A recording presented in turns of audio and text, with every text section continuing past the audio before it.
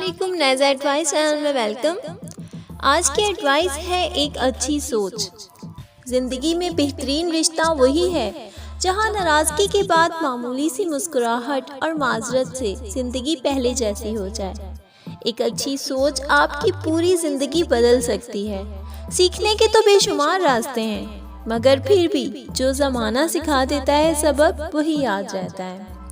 नसीब कैसा भी हो, नमाज और कुरान से मदद लेकर अल्लाह ताला से दुआ करें तो ज़रूर कबूल होती है। सिंपल सी बात है कि हजूम के साथ गलत राह पर चलने से बेहतर है कि हिदायत के रास्ते पर अकेले तन्हा चला जाए।